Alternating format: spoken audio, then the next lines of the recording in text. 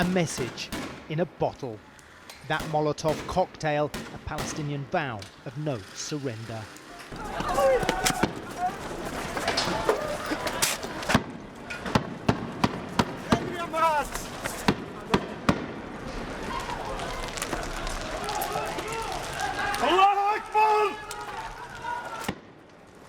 The response from Israeli soldiers.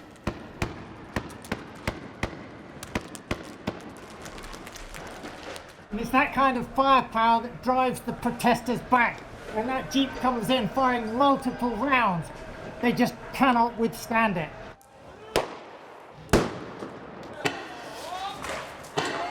Here on the highway that once led from Bethlehem to Jerusalem, young Palestinians have been battling for weeks.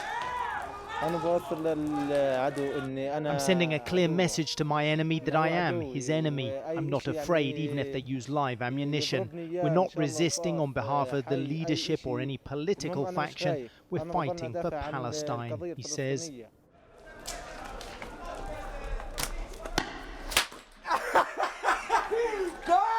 Firing stones, ducking rubber bullets. Their prime target is the Israeli occupation. But the protests also signal a changing of the guard. This younger generation is shrugging off the old leadership of the Palestinian Authority. They're blaming it for corruption, poor public services, and above all, for failing to negotiate an independent homeland from Israel. We hope the Palestinian Authority will wake up and change how it treats its own people. What the youth is doing is a personal effort to launch an uprising. We will not negotiate with the occupation, he says. Away from the clashes, I put those complaints to Hanan Ashrawi, a senior member of the Palestine Liberation Organization. I find this generation as being quite astute, quite critical, quite politically intelligent and engaged. And if they're unhappy with the leadership, they're quite justified, because the leadership has not delivered. This is a graphic reminder of the failure of the Oslo Accords, the partial peace deal between Israelis and Palestinians signed in the 1990s. This is a monument to confrontation, not peace, in places more than twice as high as the Berlin Wall. Under the graffiti gaze of PLO fighter Leila Khaled, who hijacked airliners for the Palestinian cause, a new generation of women are joining that fight. Also in the shadow of the wall, close to protests, Ida refugee camp. It was supposed to be a temporary shelter for thousands of Palestinians who fled or were forced from their homes when the State of Israel was created in 1948. Yet most here at Friday prayers were born in the camp. Most will never leave unless a comprehensive peace deal is hammered out. Like others, Imam Mahmoud Abdel Kader was born here.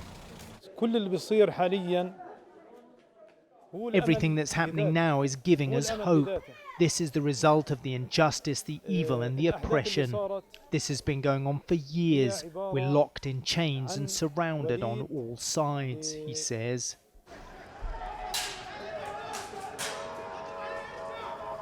A few hundred yards away, protests rage on. One Palestinian downed by live ammunition from an Israeli soldier.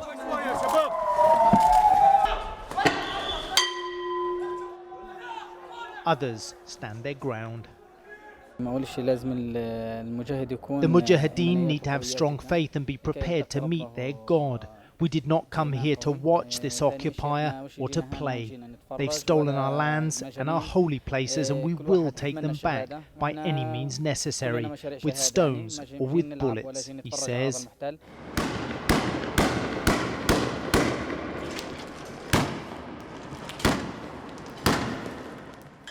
That victory may still be far off for these young Palestinians.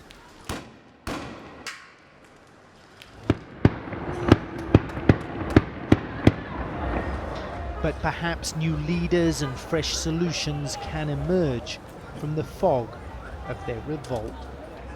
Carl Penhall, Al Jazeera, Bethlehem in the occupied West Bank.